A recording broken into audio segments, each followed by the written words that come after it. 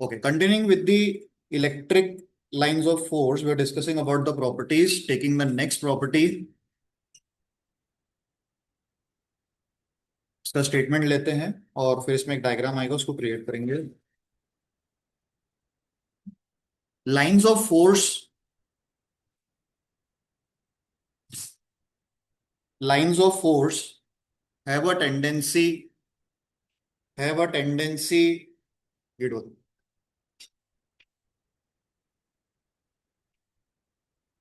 to contract lengthwise, to contract lengthwise, tendency to contract lengthwise. This explains attraction between, this explains attraction between two unlike charges, two unlike charges, two unlike charges. ठीक है, let's see how it is supposed to be. तो अगर हमारे पास दो unlike charges हैं एक दूसरे की विसिनिटी में या एक दूसरे की फील्ड में, हमें फील्ड लाइंस ड्रॉ करके दिखानी है. और ये जो लिखा है कि contract length wise, that would be very clearly visible. एक तो पॉजिटिव से नेगेटिव तक चली जाएगी लाइन, ये वाली हो गई. यहां से पॉजिटिव चार्ज ने परपेंडिकुलरली फील्ड को बाहर तो निकाला, लेकिन फिर नेगेटिव चार्ज के अट्रैक्शन से वो फील्ड लाइन कॉन्ट्रैक्ट हो गई लेंथ वाइज, यानी लॉन्ग है ना, lateral longitudinally, and it enters into the negative charge. यहां से भी पॉजिटिव चार्ज ने फील्ड जनरेट तो करी, एक मैक्सिमम लेवल तक जा सकता था, जिसके बाद उसने नेगेटिव चार्ज के इन्फ्लुएंस में मूव करना स्टार्ट कर दिया. सेंटर तक तो वो दूर जाता रहा, but after the centre point जहां से नेगेटिव का इन्फ्लुएंस बढ़ता गया, वहां से फील्ड लाइन अपने आप को क्या कर लेती है, कॉन्ट्रैक्ट कर लेती है टुवर्ड्स द चार्ज. तो लेंथ वाइज कॉन्ट्रैक्शन होता है. तो फील्ड कितनी भी दूर तक ऐसे एंटर करे, लेकिन फिर वो नेगेटिव चार्ज के इन्फ्लुएंस में कॉन्ट्रैक्ट हो. तो that's the length wise contraction या longitudinal contraction we can say. And here the field lines will be presented like this. They're always curved as they're tending towards the the negative charge. They're attracting towards the negative charge. So we do not complete those curves, just a representation that multiple curves are still involved that might be traveling far away and then contracting to the negative charge. So this is how the system of electric field is created for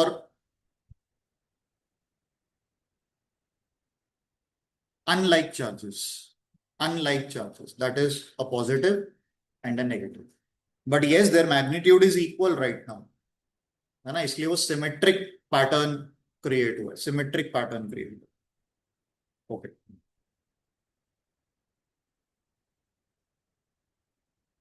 got it.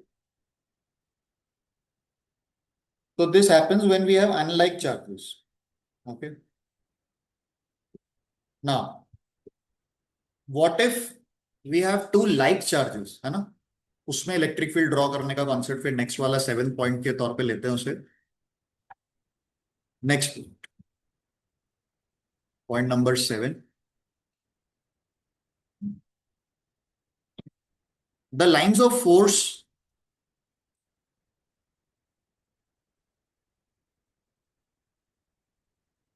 have a tendency to expand. The lines of force have a tendency to expand laterally,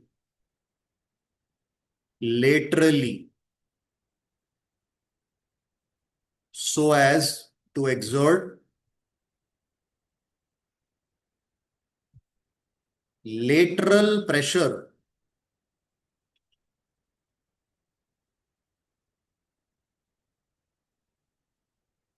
on neighboring lines of force. Neighbouring lines of force, lines of force और electric field lines है ना, एक ही बात है मतलब यहां से क्या पता चलेगा, दिस एक्सप्लेन्स, जैसे ऊपर वाले पॉइंट में अट्रैक्शन पता चल रहा था, यहाँ पे अपन लाइक चार्जेस हैं तो रिपल्शन क्लियर होगा कि चार्जेस क्यों रिपेल करते हैं, क्योंकि उनकी इलेक्ट्रिक फील्ड लाइंस एक दूसरे को रिपेल कर रही होती हैं, इसलिए चार्जेस के बीच में रिपल्शन आता है, repulsion between two similar charges. Similar charges के बीच में जो रिपल्शन लगेगा उसका कारण आपको पता चल गया कि जो फील्ड लाइंस हैं वो एक दूसरे को प्रेशराइज करती हैं, लेटरल प्रेशर क्रिएट होता है। डायग्राम कुछ इस तरह का होगा, ये देखते हैं। If I have a positive charge of some magnitude and another positive charge of the same magnitude, ठीक है, let's see what could happen. Okay, तो अभी जैसे मैं प्रीवियस वाले डायग्राम को पहले यहाँ क्रिएट कर रहा हूँ, उसको ड्रॉ नहीं करना है। अगर वो सामने वाला नेगेटिव चार्ज होता तो पॉजिटिव से जो फील्ड निकली थी वो नेगेटिव की तरफ बेंड हो गई थी because of the attraction. What happens now कि यहां से फील्ड लाइन जनरेट तो हुई, लेकिन इधर वाली फील्ड ने उसको रिपल्शन का इफेक्ट दिया, तो इसका टर्निंग किधर हो गया, इस तरफ हो गया। सही है, वो पॉजिटिव की तरफ ट्रैवल कर भी नहीं सकती, सेंटर तक तो फिर भी कहीं थोड़ा बहुत मूवमेंट हो जाए, पर उसे क्रॉस करना बिल्कुल पॉसिबल नहीं होगा। ऐसा ही रिपल्शन मेरे को यहां से मिलेगा, ये this is called lateral, lateral repulsion. Lateral repulsion will create some more. तो पॉजिटिव के सामने अगर पॉजिटिव है तो सारी फील्ड लाइंस ऑपोजिट साइड के लिए ट्रैवल करेंगी and they will not be able to travel towards the other charge because they are continuously under repulsion from that end. और जो कर्व यहां से बन रहा होगा वो उधर वाले को भी रिपेल करेगा, तो सेम इफेक्ट यहाँ सिमेट्रिक डायग्राम्स बनते हैं, मतलब मिरर इमेज टाइप बनाना है अपने को, मिरर इमेज टाइप उसको कंटिन्यू करना है।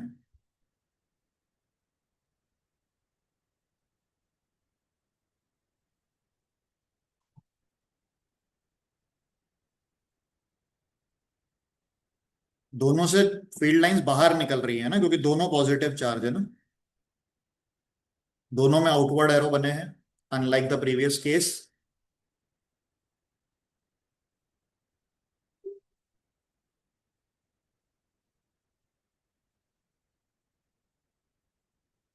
ओके, एंड जो लाइन यहां से स्ट्रेट ट्रैवल कर रही होगी ना, बिल्कुल स्ट्रेट वाला जो केस होगा,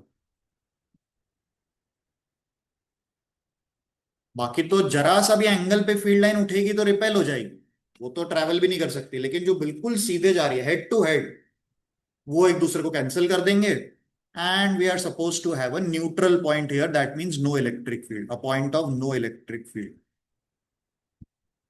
मिडिल पॉइंट है या मिड पॉइंट है, and the field at that point will obviously be zero, vector addition खत्म हो जाए ना, कैंसिल आउट हो जाएगा।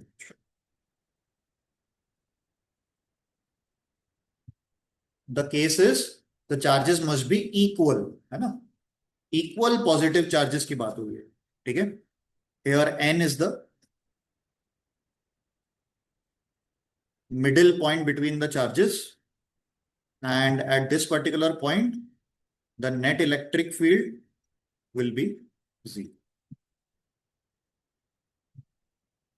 The net electric field would be zero.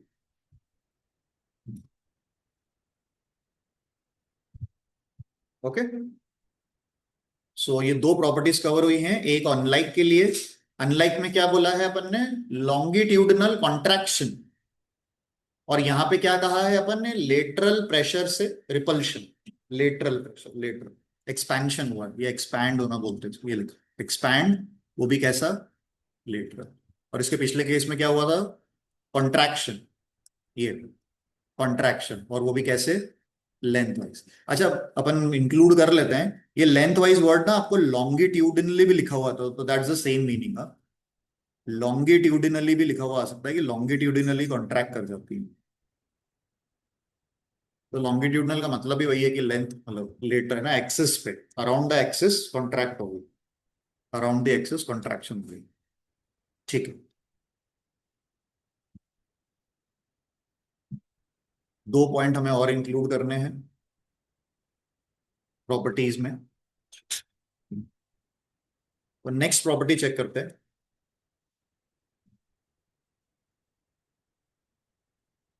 ये भी हम लोगों ने मैग्नेटिज्म के टाइम पे टेंथ में थोड़ा सा पढ़ा था कि ये बताया गया था, याद आ रहा हो अगर पुराना थोड़ा सा याद आ जाए तो।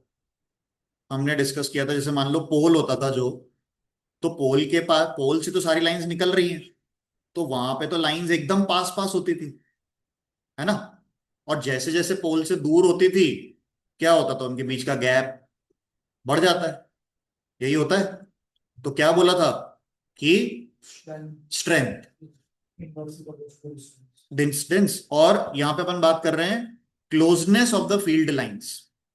तो फील्ड लाइंस जितनी पास पास हैं, मतलब वहां पे फील्ड का स्ट्रेंथ ज्यादा है, and when they move apart the strength decreases. तो that same happens with the electric field also, common ही प्रॉपर्टीज चलती हैं, देखते हैं। तो पॉइंट इज रिलेटिव क्लोजनेस, ये वर्ड इस्तेमाल होता है उनकी आपस में, है ना, उनका रिस्पेक्टिव जो कंपैरिजन में उनका जो क्लोजनेस है लाइंस का, respective closeness of the lines of force gives measure of, यानी कि इस बारे में बताता है, gives measure of strength of electric field. Closeness of the lines gives the measure of strength of electric field. तो वो तो ऑब्वियसली चार्ज की सरफेस के पास ही हाईएस्ट होगी। जैसे जैसे अपन चार्ज से दूर जाते जाएंगे, फील्ड लाइन स्प्रेड हो जाएगी, तो स्ट्रेंथ वीक हो जाएगा, है ना। Okay, now another the last one, let's see. ये कॉन्सेप्ट जो बोर्ड एग्जाम में असर्शन रीजनिंग और जो 2 मार्क वाले ट्रिकी कंसेप्चुअल्स आते हैं ना, उसमें कहीं यूटिलाइज होने लायक एक पॉइंट है। क्या? The lines of force, the lines of force do not pass, do not pass यानी इलेक्ट्रिक फील्ड लाइंस जो हैं कंडक्टर के अंदर से पास नहीं होती, do not through pass through a conductor. ऐसा नहीं होगा किसी चार्ज में, किसी मेटल में से आर पार निकल जाए फील्ड, है ना। बिकॉज, अब ये बिकॉज वाली जहां बात आ जाए ना, एसर्शन रीजनिंग के लिए आपका क्वेश्चन सेट हो गया, क्योंकि बिकॉज के बाद वाली चीज रीजन हो गई और उसके पहले वाली चीज एसर्शन हो गई। तो ये हमेशा कनेक्टेड रखना है कोर्स में, जब भी कहीं आएगा, जहां जहां भी आएगा। Because the electric field, because the electric field inside a charged conductor, the electric field inside a charged conductor is zero, is zero। अंदर कोई भी इलेक्ट्रिक फील्ड नहीं होती है। इसका भी अपने को आगे जाके एक और अच्छा डिटेलिंग मिलने वाला है, एक टॉपिक है हमारे पास, कि क्योंकि अंदर इलेक्ट्रिक फील्ड होती ही नहीं है, तो जब फील्ड ही नहीं है तो लाइंस कहां से प्रेजेंट होंगी। तो लाइंस कभी भी कंडक्टर के अंदर नहीं जाएंगी। और वैसे भी जब अपन वो दिखा रहे थे, स्फीयर से जब अपन चार्जेस फील्ड लाइन को ड्रॉ करके दिखा रहे थे ना, मान लो पॉजिटिव स्फीयर है, कंडक्टर है, मान लो ये कंडक्टर है, चार्ज कंडक्टर है, तो फील्ड लाइन तो सारी बाहर जाएंगी ना वैसे भी, है ना। तो they are not suppose to travel, मतलब क्या बताना चाह रहा है point, they are not suppose to travel through the charge. Okay, because इस रीजन में, इस रीजन में इलेक्ट्रिक फील्ड हमेशा क्या होती है, जीरो होती है। वो कंडक्टर चार्ज्ड है, किसी भी कंडक्टर को जब अपन जब चार्जिंग पढ़ रहे थे, कंडक्शन, इंडक्शन और वॉट, उसमें जब भी किसी बॉडी को आप चार्ज करते हो ना, तो दैट चार्ज, ध्यान रखना, always resides on the surface. always resides on the surface. The charge never enter inside the window. ठीक है, it always resides on the surface. तो जो भी फील्ड रहेगी वो हमेशा कहाँ रहेगी, बस सरफेस पे रहेगी. ओके, इस पे आगे डिटेलिंग आएगी हमारे पास एक और जगह पे कि अंदर फील्ड नहीं होती इसलिए फील्ड लाइंस ट्रेवल नहीं करती. चलो, तो ये बात हो गई हमारे पास फील्ड लाइंस की प्रॉपर्टीज के ऊपर, जो कि सिर्फ रीजनिंग में बनती हैं. अपन ने टॉपिक के टाइम पे भी लिख दिया था कि यहाँ से सिर्फ रीजनिंग ही बन सकता है ना. ओके देन, अब अपने पास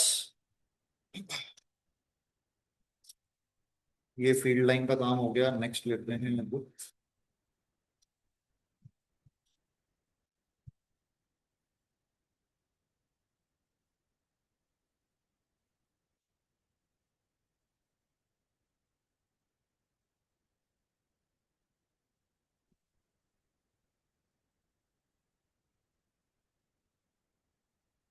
अभी हमें जो मेजरली कवर करने वाली चीजें हमारे पास आने वाली हैं, उसमें डाइपोल है और गॉस थ्योरम है. गॉस थ्योरम हर साल 5 मार्क का एक क्वेश्चन एक्सपेक्टेड वाला, एक लॉन्ग क्वेश्चन जो है वहां से हमें मिलता ही मिलता है. उसमें 3 डेरिवेशंस हैं, उसमें से कोई सा भी एक पूछा जाता है. और डाइपोल में भी हमारे पास 3 डेरिवेशंस हैं. Will be covering them one by one.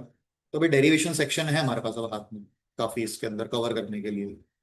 ठीक है, तो let's enter into the dipole section और वहां से क्या क्या डील करना है वो चेक करते हैं. ठीक,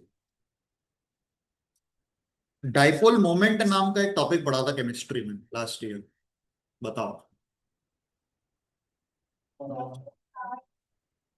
product of charge and distance between the charge. What is a electric dipole?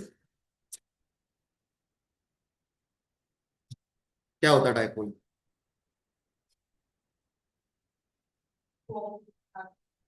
To opposite charges, तो ठीक है. मतलब मैं 5 कूलम और 2 कूलम नहीं ले सकता. इक्वल, हाँ, सेम मैग्नीट्यूड. ठीक है, सेम मैग्नीट्यूड के तब जो चार्जेस आसपास रखे होते हैं तो उनको अपन कहते हैं, उस सिस्टम को अपन कहते हैं डाइपोल. चलो ठीक है, यहाँ से शुरू करते हैं. अभी तक हमने इस कोर्स में एक डेरिवेशन लिखा है, कूलम्स लॉ वाला. ठीक, अब हमारे पास एक सीरीज आ जाएगी पूरी जिनको तैयार करना. ठीक है, okay. So let's talk about the electric dipole.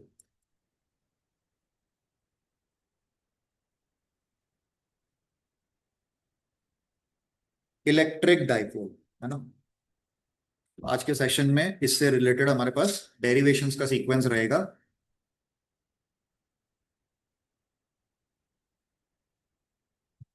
Electric dipole.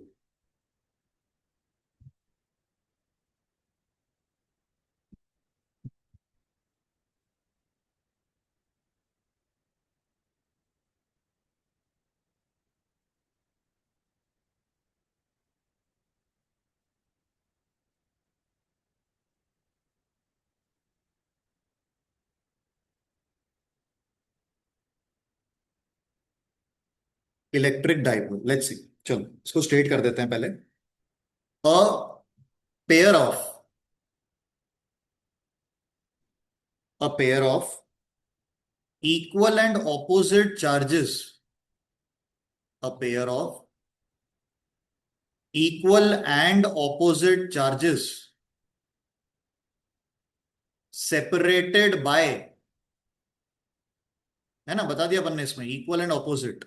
ठीक है, equal and opposite, plus Q minus Q types. ठीक है, separated by a small distance, separated by a small distance is called an electric dipole. Is called an electric dipole.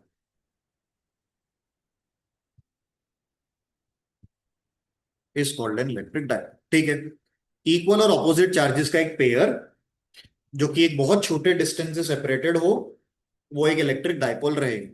ये small distance बोलने का perspective है.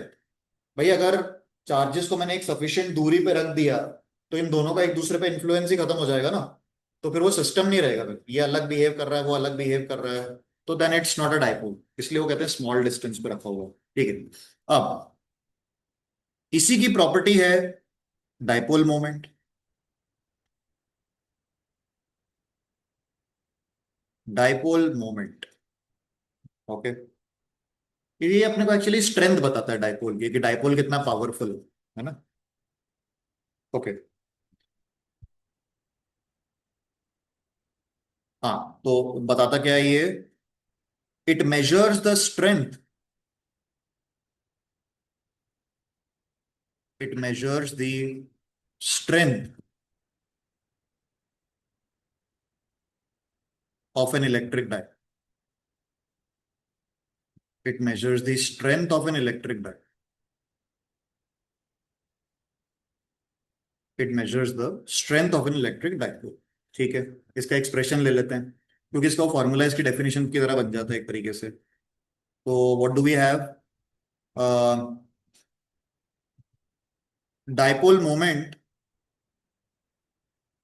हाँ, dipole moment is equal to charge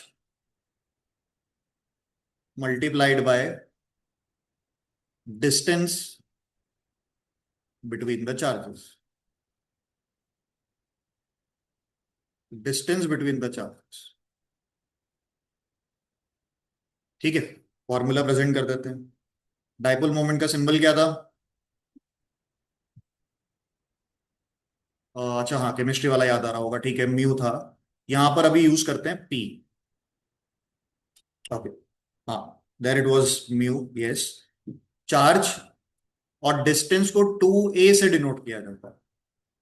2a से denote किया जाता है कि वो इतना छोटा है कि मतलब उसको डबल करके भी, है ना, तब जाके कोई वैल्यू फॉर्मूले में रखने लायक क्रिएट होती है, तो उसको 2a से मेंशन करते हैं। 2a is the separation between the charges and q is the magnitude of both of them, either of them. इसको ऐसा प्रेजेंट कर देते हैं ना, कि we have a charge plus q and we have a charge minus q separated by a distance 2a।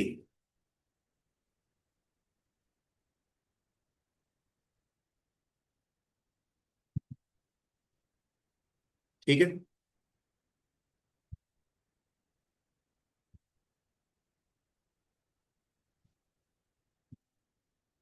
Okay, तो ये dipole moment हो गया। हाँ, यहां से अपन जरा इसकी यूनिट बना लेते हैं, इसी फॉर्मूले से यूनिट बना लेते हैं। वही यूनिट जो पढ़ी है हमने वही वाली आएगी। This is coulomb metre, coulomb into metre, done. So that's the SI unit for dipole moment. ठीक है।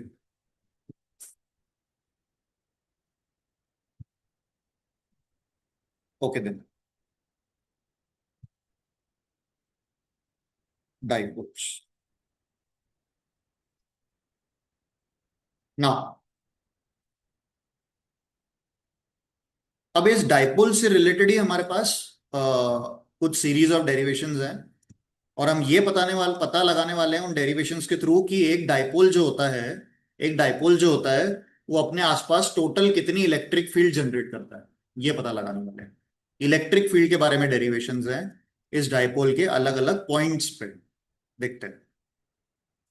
अब ये जो हमारे पास पहले दो डेरिवेशंस आने वाले हैं, ये सबसे प्रोमिनेंट डेरिवेशंस में से एक हैं जो पूछे जाते हैं, है ना। इनमें से एक का होना पेपर में काफी ज्यादा चांसेस पर रहता है। उसमें से पहला केस देखते हैं, पहली हेडिंग डेरिवेशन की, electric field, electric field at N axial point, axial point पहला केस है ये, axial point, axial point derivation है ये वाला। यहां से मतलब ऐसे रिलेट होता है कि एक्सियल पॉइंट पे डिराइव करवाना है of a dipole, axial point of a dipole. ठीक है। Now the derivation need not to be learn like कि वो एक कोई रैंडम प्रोसीजर है ना, उसमें प्रॉपर प्रॉपर स्टेप्स हैं, पता चलेगा कि वो अगला अपने को सीक्वेंस क्या लेना है। थोड़ा सा मैथमेटिकल एस्पेक्ट है और स्टार्टिंग में कॉन्सेप्ट है, वेक्टर्स पे बेस्ड है ये भी, वेक्टर मोड में चलेगा। देखते हैं, एक सिस्टम बनाते हैं, एक डाइपोल बनाएंगे और एक पर्टिकुलर पॉइंट जहां पे अपने को फील्ड पता लगानी है। तो we have a dipole with two charges minus q and plus q respectively placed, और इसका एक सेंटर पॉइंट मार्क कर देते हैं ओ। ठीक है, एक्सियल पॉइंट मतलब डाइपोल की एक्सिस पर, डाइपोल जैसा रखा हुआ है उसी लाइन में आगे। तो डाइपोल की ये जो एक्सिस है ये रही, ये डाइपोल की एक्सिस है ना। इसमें किसी भी रैंडम पॉइंट पर, ये पॉइंट मार्क कर दिया मैंने पी, यहां मुझे पता लगाना है टोटल कितनी फील्ड है।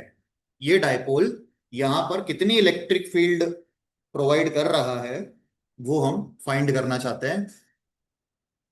ये एक्सियल पॉइंट डेरिवेशन आएगा। ठीक है, कुछ डिस्टेंसेस मार्क कर लेते हैं। दोनों चार्जेस के बीच में तो 2a कहा अभी अपन ने, और यहां पर ये डिस्टेंस है r, ये हो गया r, सेंटर से, सेंटर से r। ठीक है,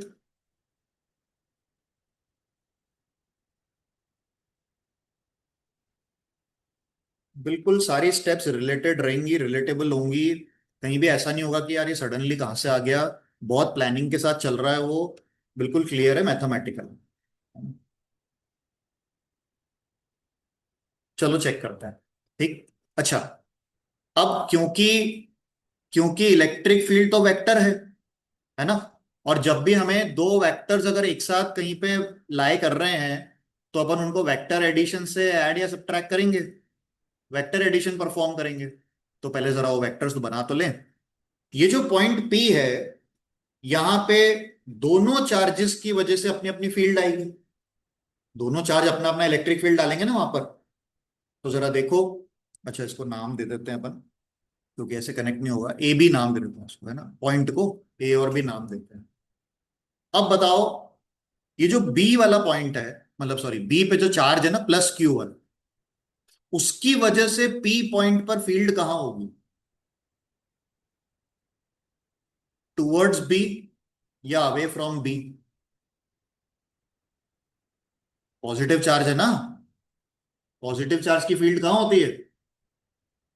अभी तो कहा था अपन ने कि पॉजिटिव चार्ज से फील्ड हमेशा बाहर जाती है, मतलब दूर जाती है। तो इसका फील्ड कहां पर होगा? इस डायरेक्शन में फील्ड जारी होगी। कौन सी वाली? फील्ड ड्यू टू बी, ये एक फील्ड यहां जा रही है। चलो ठीक है, पॉजिटिव चार्ज वाली फील्ड वो जा रही है। अब नेगेटिव पे आ जाओ।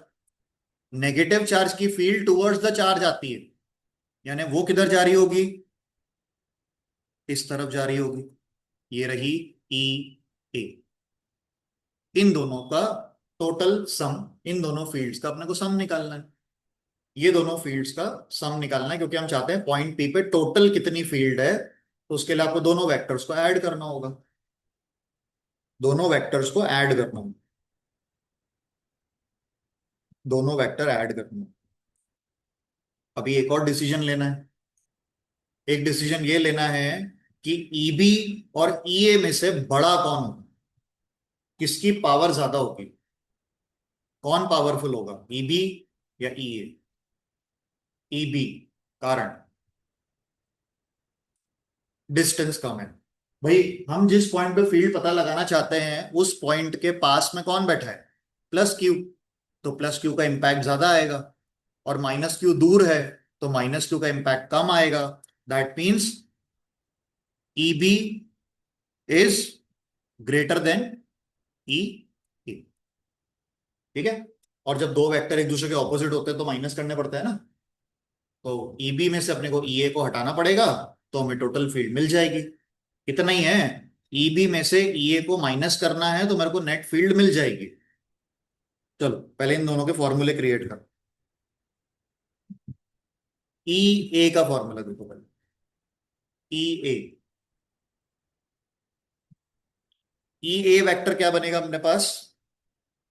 ये अपन मैग्नीट्यूड ले लो अभी तो। ई ए का मैग्नीट्यूड ले लेते हैं। इलेक्ट्रिक फील्ड का फॉर्मूला हम पढ़ चुके हैं।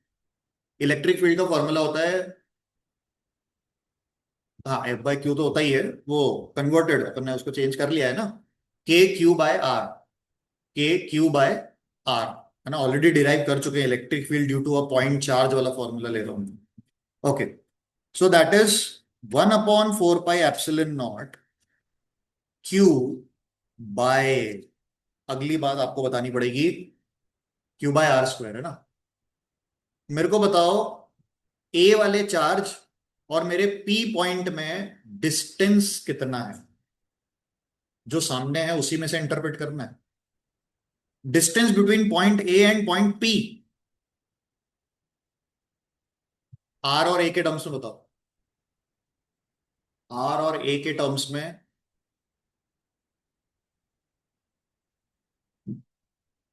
Distance between A and P. Okay, how much is this, how much is this, A, that's it. So the distance between A and P is R plus A. ठीक है, तो let's put it here, R plus A square.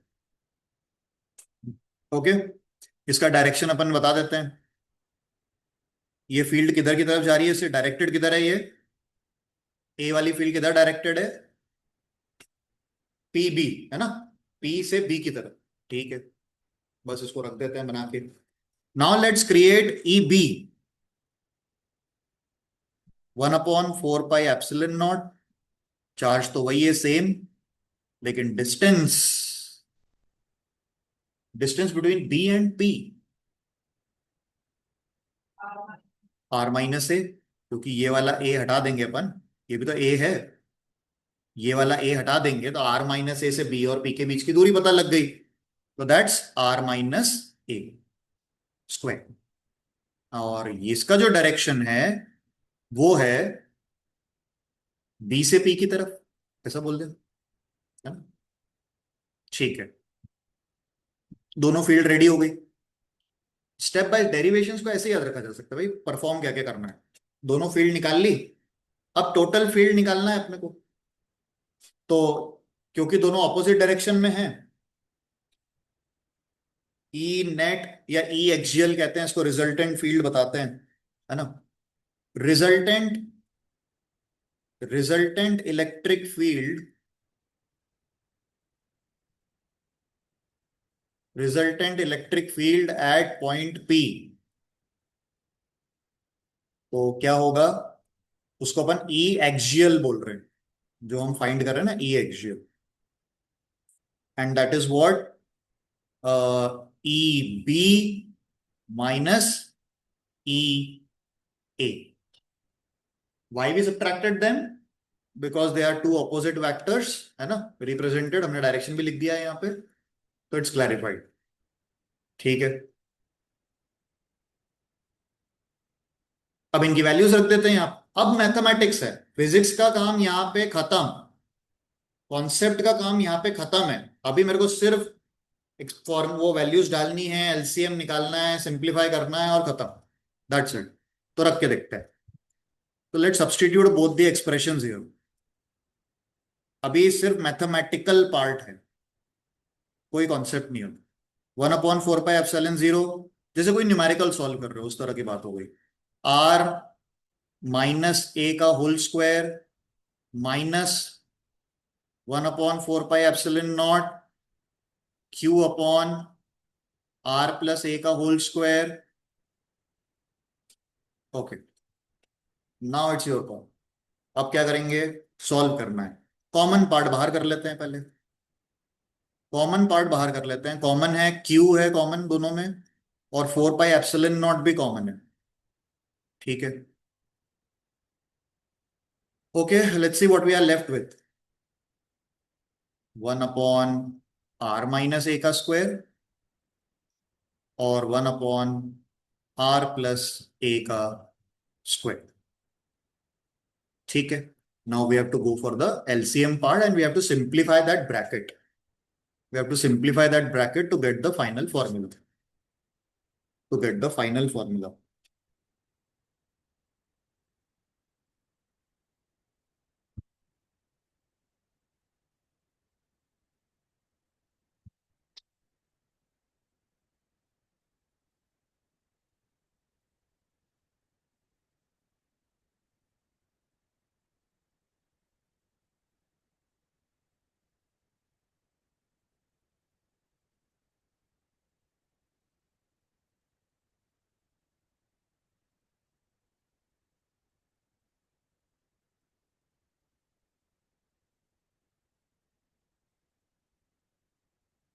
ठीक है, now let's simplify this further.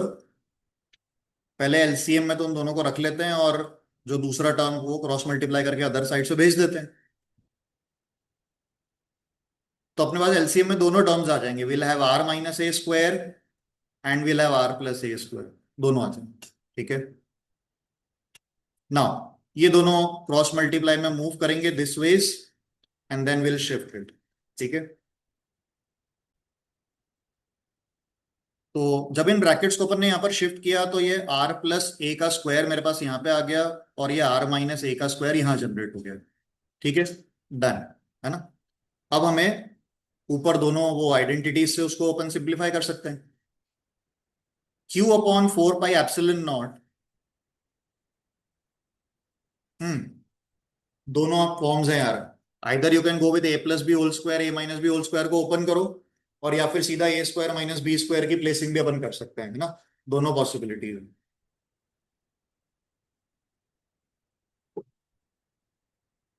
तो ए square minus b square के साथ भी जा सकते हैं, वो भी ओके ही रहेगा। ये पूरा ए बनेगा, ये पूरा मेरे पास बी बनेगा। तो एक तो पार्ट क्या आ जाएगा मेरे पास, ए प्लस बी का ब्रैकेट बनेगा, और दूसरा ब्रैकेट क्या बन जाएगा अपने पास, ए माइनस बी। अब वो माइनस में थोड़ा ध्यान रखना पड़ता है, यहाँ गड़बड़ हो जाती है क्योंकि आगे वाला साइन चेंज होगा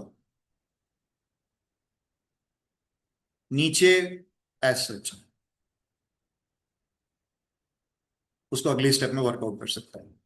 अब ये लाइक टर्म्स को ऐड सब्ट्रैक्ट कर देते हैं, तो it will get simplified further. यहाँ से ए कट जाएगा और यहाँ से आर कट जाएगा। रिमेनिंग नोट डाउन करके आगे बढ़ते हैं, है ना।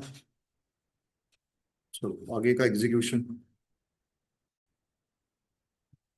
Okay then let's see what remaining we have. q upon 4 pi epsilon naught in the numerator, what we are left with, 2r and 2a। ठीक है, नीचे ये दोनों ब्रैकेट्स को मल्टीप्लाई कर सकते हैं a माइनस बी और a प्लस बी के हिसाब से। It will convert into a square minus b square, जिसपे ऑलरेडी स्क्वायर लगा हुआ। हमारे पास दो a माइनस बी है, दो a प्लस बी है, तो दोनों आइडेंटिटीज को अपन ने क्लोज कर दिया। ठीक, देन अब कुछ मॉडिफिकेशंस करना है बस एक्सप्रेशन में। ओके, तो that in total converts to, ये 2r यहां से आ गया, 2a आ गया, टोटल ये 4। एक काम करते हैं, इसको एक फॉर्मेट में चेंज करना ही पड़ेगा। ठीक है, 2 अलग रखते हैं और एक 2r और a रखते हैं, और नीचे r square minus a square का स्क्वायर ही मेंटेन करते हैं। ये हमारे पास एक्सियल फील्ड आ रही है कि किसी भी डाइपोल की एक्सिस पर कितनी फील्ड जनरेट होने वाली है, ये वो वाला पार्ट क्रिएट हो रहा है। एक फॉर्मूला इसको क्लोज करके रख सकते हैं, बाकी जब हमें न्यूमेरिकल में इस्तेमाल करना होता है तो इसका एक मॉडिफाइड वर्जन है, वो काम आएगा। इसको पहले क्लोज कर देते हैं। ये हो गया हमारे पास 4 QRA divided by 4 pi epsilon nought r square minus a square का स्क्वायर।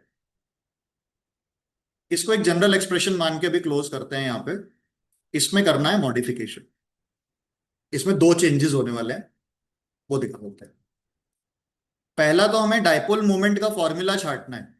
डाइपोल मोमेंट का फॉर्मूला जो अभी अपन ने लिखा कि डाइपोल मोमेंट हमारे पास होता है 2QA, है ना। Q × 2A अभी अपन ने डाइपोल मोमेंट को मेंशन किया था, राइट। एक तो अपन वो चेंज करेंगे न्यूमरेटर में, और दूसरा क्योंकि डाइपोल बहुत छोटा होता है, हमने कहा कि डाइपोल मतलब कैसा, कितना छोटा, समझ रहे हो। जैसे HCl का मॉलिक्यूल, HCl का मॉलिक्यूल एक डाइपोल है, two equal and opposite charges होते हैं इसके पास। इतने छोटे की बात चल रही है, मतलब एटॉमिक लेवल, मॉलिक्यूलर लेवल पे। तो ऐसे केस में ये वाला पार्ट देखो, ऐसे केस में यहां से आता है। ऑलरेडी हम कह रहे हैं कि डाइपोल बहुत छोटा होता है, यानी ये जो वैल्यू है ए वाली, वो आर के कंपैरिजन में बहुत ज्यादा स्मॉल होने वाली है, उसको नेग्लेक्ट ही कर देंगे, इतनी छोटे होने वाली है। तो यहां पर ये कंसिडरेशन डाला जाता है कि a is very very less than r. काय के लिए, for a short time, for a short time we include this. Okay, तो ये दो चीजें हम यहाँ पे फॉर्मूले में पुट करेंगे, एक न्यूमरेटर में एक डिनोमिनेटर में। ठीक है। जब कोई क्वांटिटी बहुत छोटी होती है तो उसका स्क्वायर और भी छोटा होता है, ये रहा, है ना। तो वो ए स्क्वायर पूरी तरीके से नेग्लेक्ट हो जाएगा डिनोमिनेटर में से, पूरा नेग्लेक्ट हो जाएगा। ठीक। ये नहीं होता जैसे 0.01, तो उसका स्क्वायर कितना आएगा, 4 zeros 1, है ना। तो कहने का मतलब ये कि ऑलरेडी अगर कोई क्वांटिटी बहुत छोटी होती है तो उसका स्क्वायर उससे भी ज्यादा क्या बन जाता है, छोटा बन जाता है। हम उन क्वांटिटीज को नेग्लेक्ट करते हैं। कंसिडरेशंस हैं जो फिजिक्स में डेरिवेशंस के दौरान लगते हैं। अब ये दो चेंजेस करके फॉर्मूला बना लेते हैं। ये रहा। इसमें से इसमें से 2Q और A की जगह अपन क्या मेंशन कर देंगे, P। क्या बचेगा, एक 2 और एक R, है ना। वो 2R को अलग कर लो, P को अलग कर लो, 4 पाई एप्सिलॉन नॉट अपनी जगह पर, और नीचे क्या बचा होगा, ए स्क्वायर को मैंने नेग्लेक्ट कर दिया, तो मेरे पास क्या है अब, आर स्क्वायर का स्क्वायर, आर स्क्वायर का स्क्वायर बचेगा। तो कितना हो जाएगा, R⁴ और जब ये आर यहां से फाइनल स्टेप कैंसलेशन देता है, that's our full and final formula for electric field at the axial position, at the axial position. This is the final expression for electric field at the axial position. तो ये पहला वो derivation जिसकी 12th board में repetition बहुत ज्यादा है, multiple times ये डेरिवेशन पेपर में पूछा जा चुका है इस पर्टिकुलर चैप्टर से। 60 डेरिवेशंस का चैप्टर है ये, उसमें से ये पहला डेरिवेशन जो कि पेपर में काफी ज्यादा पूछा जाता है। तो we have to be ready with this, है ना।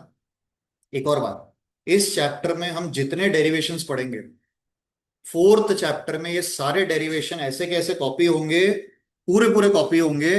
सिर्फ और सिर्फ चेंज ये आएगा कि इलेक्ट्रिक फील्ड की जगह हम मैग्नेटिक फील्ड लिख रहे होंगे।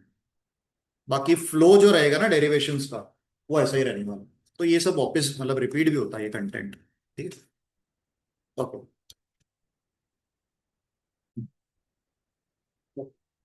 अब ये जो हमारा अगला टॉपिक आ रहा है, that is electric field, electric field at an equatorial point.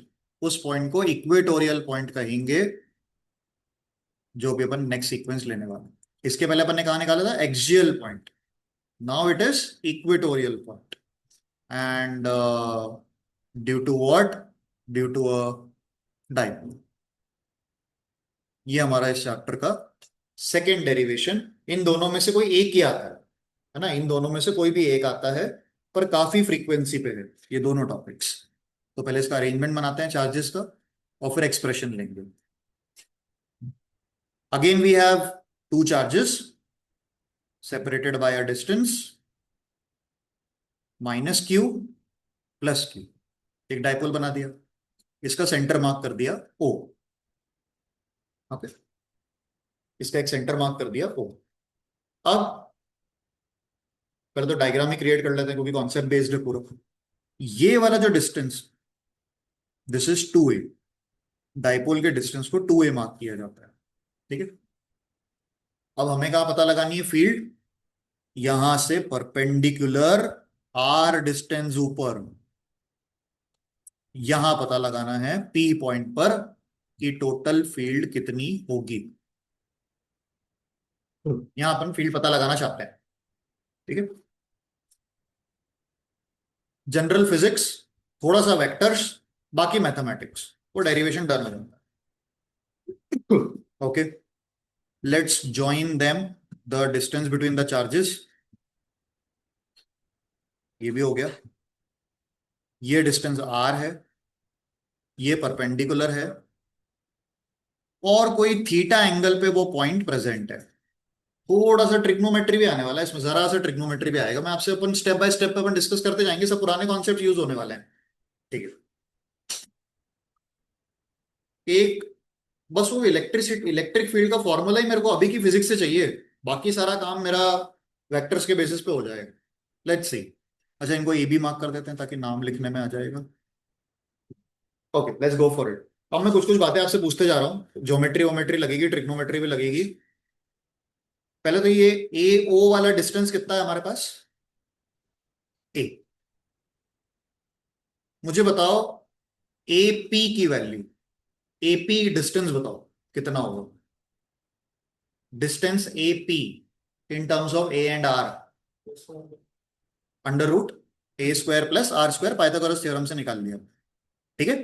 ये मैंने पाइथागोरस से निकाल लिया कि भाई चार्ज और पॉइंट के बीच का डिस्टेंस ये है। सिमिलरली इधर वाला भी यही होगा, दोनों सेम होंगे।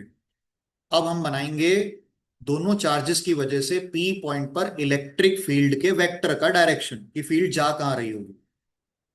पहले माइनस क्यू को देख लेते हैं। क्या बात करी अभी अपन ने? नेगेटिव चार्ज की field towards the negative charge होती है, तो कहां जा रही होगी field? P two, P two A जा रही होगी। ये रही ई ए, ये आपका ई ए वेक्टर बन गया। The field of the negative charge is towards the charge. Okay, done. E B का वेक्टर बनाना है। E B vector, the charge due to the positive, sorry, the field due to the positive charge is away from the charge, so it will be directed in the direction of b p, like this। उसी straight line को continue करते हुए ई B का vector बन गया। दोनों vectors ready हैं, हमें निकालना है रिजल्टेंट। दोनों वेक्टर रेडी हो गए, चलो ठीक है। रिजल्टेंट कहाँ निकाला जाता है? वो पैरेललोग्राम लॉ से बना सकते हैं कि एक पैरेललोग्राम कंप्लीट किया, राइट, और यहां निकलेगा इधर। ठीक है। एक टॉपिक अगर 11th के वेक्टर से याद आ रहा हो, रिजोल्यूशन ऑफ वेक्टर्स। ओके, अच्छी बात। तो अगर एक वेक्टर है ए, ए वेक्टर है, एंगल थीटा बना रहा है यहां पे एक्स एक्सिस पर, तो यहां जो कंपोनेंट आएगा वो कौन सा होगा? Cos theta. जहां एंगल बनता है वहां कौन सा रिजोल्यूशन होता है? Cos theta. And the opposite and पे साइन थीटा। तो यही तो हो रहा है। अच्छा, इस डायग्राम में जरा ज्योमेट्री लगा के ये बताओ कि ये वाला एंगल कितना होगा, ये वाला, ये एंगल कितना होगा, और रीजन के साथ बताओ।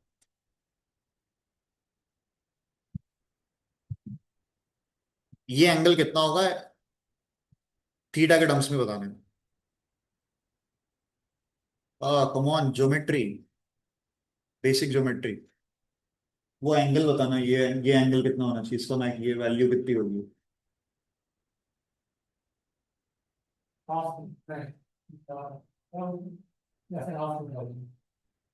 एक बताओ, कंफर्म करो। एक, क्यों?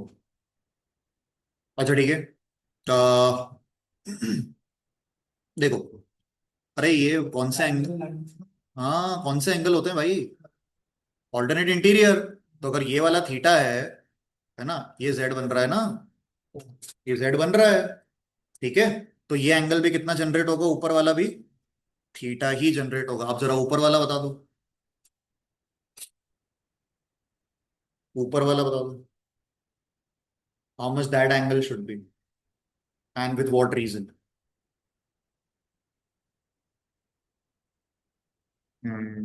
ओके, ठीक है। आई अंडरस्टैंड कि 11th में ज्योमेट्री खत्म हो गई थी, 10th तक तो थी। 10th में भी ऐसी ज्योमेट्री, चलो ठीक है, कोई नहीं। अरे ये कौन से एंगल्स बन रहे हैं, लो देखो, लो बताओ, अब बताओ ये कौन से एंगल होते हैं ये? हाँ, sorry, come on, we have studied this concepts in 6th, 7th, 8th, 9th, consecutively 4 years. What kind of angles are these? Corresponding angles, ठीक है। तो corresponding angle से ही अगर ये थीटा है, so the above one will also be theta। Okay,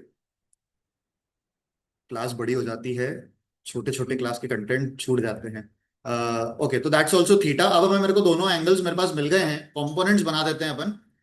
ये जो ई ए था, इसका ये यहां पे कौन सा कंपोनेंट आ जाएगा? ई ए का कॉस थीटा। और इसका साइन कहाँ चला जाएगा? यहां पे परपेंडिकुलर पे। कौन? ई ए का कौन सा कंपोनेंट जाएगा? Sine theta.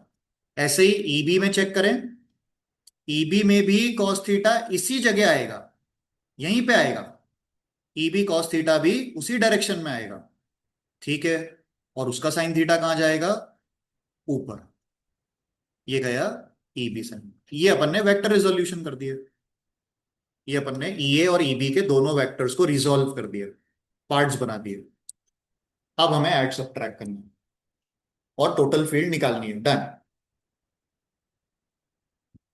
तो इस काम को करते समय हमें अभी ट्वेल्थ की फिजिक्स ने सिर्फ इतना बताया है कि इलेक्ट्रिक व्हील का डायरेक्शन जो होता है वो away from the positive charge होता है और टुवर्ड्स द नेगेटिव चार्ज होता है। इसके बाद मैंने सारा काम वेक्टर्स का किया, और अब हम इनको ऐड करेंगे, ऐड या सब्ट्रैक्ट करेंगे, and it will be done. अभी मैथमेटिकल पार्ट चालू होगा उसका, ठीक है। तो चार वेक्टर्स आपके पास हैं, इन चारों वेक्टर्स को हमें सॉल्व करना है। दो वेक्टर सेम डायरेक्शन में है और दो ऑपोजिट डायरेक्शन में, ठीक है। क्या ये दोनों वेक्टर एक दूसरे को कैंसिल कर देंगे कि ई ए साइन थीटा और ई बी साइन थीटा? दो वेक्टर्स एक दूसरे को कैंसिल कर सकते हैं अगर वो ऑपोजिट डायरेक्शन में हो, लेकिन कब? जब उनका मैग्नीट्यूड इक्वल हो। पहले अपन वो दिखाने वाले हैं कि इनका मैग्नीट्यूड इक्वल है, ठीक।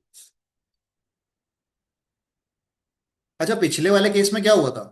पिछले केस में नेगेटिव चार्ज और पॉजिटिव चार्ज की हमारे पॉइंट से जो डिस्टेंसेस थे वो अलग अलग थे, तो फील्ड अलग अलग आई। लेकिन अभी क्या हुआ है? अभी तो मेरा पॉइंट जितनी दूर यहां से है उतना ही दूर यहां से है, तो दोनों की फील्ड की स्ट्रेंथ एग्जैक्टली सेम। तो ऑपोजिट वेक्टर वाले तो कैंसिल होने वाला है, और ये दोनों ऐड हो जाएंगे क्योंकि वो यूनिडायरेक्शनल है, सेम डायरेक्शन में है। That is how we will further execute, ठीक है। चलो, अब पहले ई ए और ईबी बना देते हैं।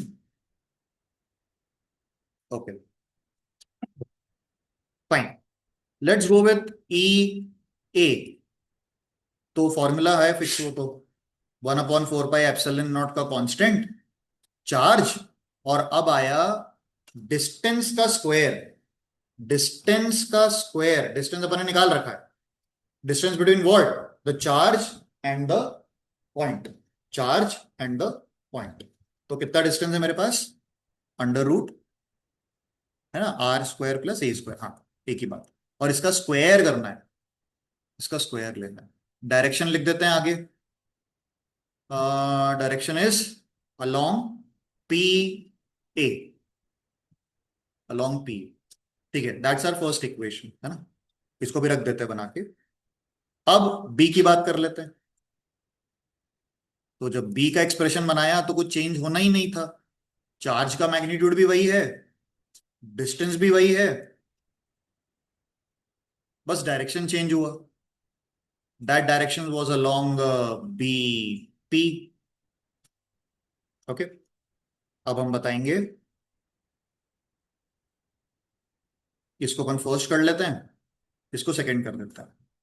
तो क्लियरली दिख रहा है इक्वेशन 1 और 2 से कि दोनों फील्ड स्ट्रेंथ्स इक्वल हैं, और इसके लिए कोई भी एक कॉमन, अपन मतलब एक, है ना, दोनों इक्वल ही है तो कोई भी एक लेटर यूज किया जा सकता है। दोनों की जगह अपन ई ए भी लिख सकते हैं, दोनों ई बी भी लिख सकते हैं, that won't affect the case. अभी next,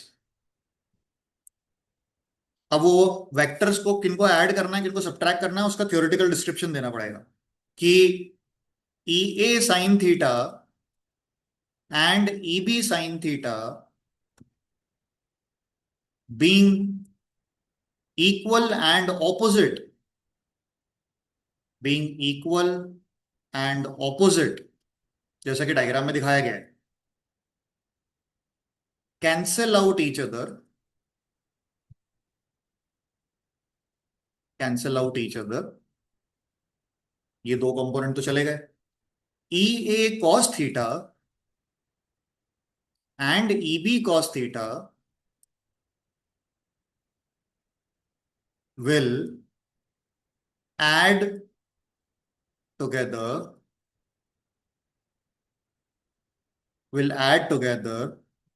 as they have same direction. तो दोनों का जस्टिफिकेशन दे दिया कि किसको ऐड करना है, किसको सब्ट्रैक्ट करना है। ठीक है, and now the formula making starts कि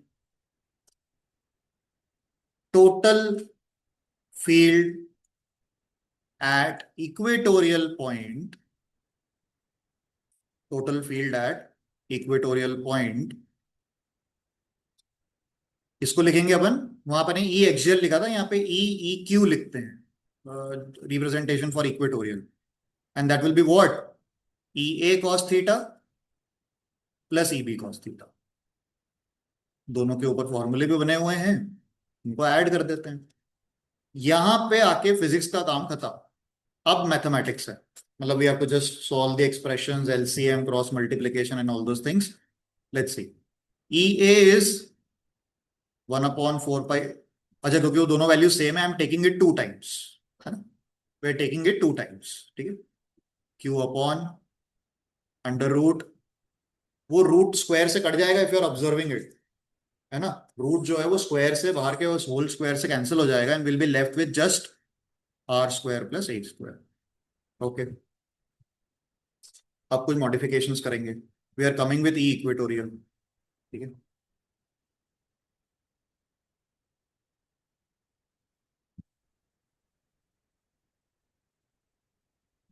एक आएगा कॉस थीटा। कॉस थीटा मेरे को डायग्राम से चाहिए, लगाओ 10th की ट्रिग्नोमेट्री, बताओ कॉस थीटा की वैल्यू इस डायग्राम से क्या आ रही है। Cos theta,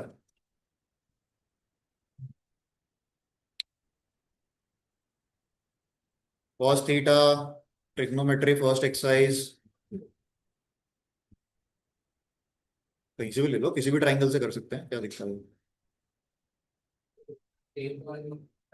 cos theta is what, b by h, base upon hypotenuse. तो बेस में मेरे पास ए है और हाइपोटेनस में ये है, तो इन दोनों इसको कॉस थीटा की जगह प्लेस कर दिया जाए। A by under root r square plus A square will place in, two Q को साथ ले लेते हैं क्योंकि अभी पेयर बनाने ही वाले हैं अपन उसका। 4 pi epsilon naught as such रहेगा, आर स्क्वायर प्लस ए स्क्वायर भी रहेगा, और कॉस थीटा की जगह अपन ने रख दिया base upon hypotenuse, base upon hypotenuse. ठीक है, ऊपर जरा ध्यान दो न्यूमरेटर पे, तीनों मिलकर क्या बना रहे हैं, P, dipole moment, dipole moment बना रहे हैं। Charge into the distance between the charges, ये पूरा मिलके पी बन गया, अपॉन 4 पाई एप्सिलॉन नॉट, और बचा क्या, 1/, हाँ, ये दोनों मल्टीप्लाई होंगे तो क्या होगा, आंसर क्या आना चाहिए। Hmm, mathematics, exponents, laws of exponents, power कितनी आएगी, 1/2 +1 +1, 1 + 1/2 है ना। तो टोटल पावर कितनी हो गई हमारे पास, 3/2। वो दोनों को एक्सपोनेंट्स की तरह ऐड कर दिया, whenever something is in root, हमने पढ़ा है कि it is suppose to be the power of half. ठीक है, ये हमारा एक जनरलाइज्ड फॉर्मूला तो बन के आ गया, जिसमें अपन अभी ए को हमने नेग्लेक्ट नहीं किया है, वो हम अगले पॉइंट पे कर देंगे। ये है basic expression for the equatorial field, final formula. जब इस डेरिवेशन के साथ न्यूमेरिकल डलना होता है तो क्वेश्चन 5 नंबर का बन जाता है, 3+2। सिर्फ डेरिवेशन आता है तो 3 नंबर का बन जाता है। जिस डेरिवेशन में जो फॉर्मूला निकल के आता है उसी पे न्यूमेरिकल कनेक्टेड रहता है। इसमें एक एजम्पशन डाल देते हैं, a is very very less than r for a short dipole. तो नेग्लेक्टिंग ए स्क्वायर, जैसा पिछले वाले में किया था, I am neglecting a square, तो जो भी रिमेनिंग रहेगा वो हमारा फाइनल एक्सप्रेशन बन जाएगा। If I remove A square from the denominator, power solve करनी होंगी, डायरेक्ट लिखते हैं ई क्यू पी अपॉन, पहले सेग्रीगेट कर देते हैं अपन, यहां से क्या बचेगा, यहां से क्या बचेगा अगर ए स्क्वायर चला गया, सिर्फ आर स्क्वायर बचेगा, और उसके ऊपर पावर बचेगी 3/2। ये पावर से पावर मल्टीप्लाई हो जाती है, तो 2 से 2 कैंसिल हो जाएगा, and will be left with r q. ये आ गया अपना इक्वेटोरियल का फाइनल फॉर्म।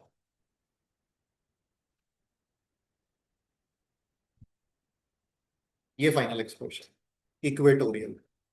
ठीक है, electric field at the equatorial position, इसके पहले अपन ने किया था electric field at the axial position, और कंपैरिजन करना पड़ेगा। पिछले फॉर्मूले को ध्यान से देखो, एक्सियल वाले को, आपको सिर्फ एक 2 एक्स्ट्रा दिख रहा है। पिछले फॉर्मूले को अगर देखोगे तो सिर्फ एक 2 एक्स्ट्रा है। That means that means we have a conclusion, MCQ में आता है, एमसीक्यू में आया हुआ है एग्जाम में, क्या, कि एक्सियल वाली फील्ड इक्वेटोरियल वाली फील्ड का डबल होती है। We have this question in MCQ already asked.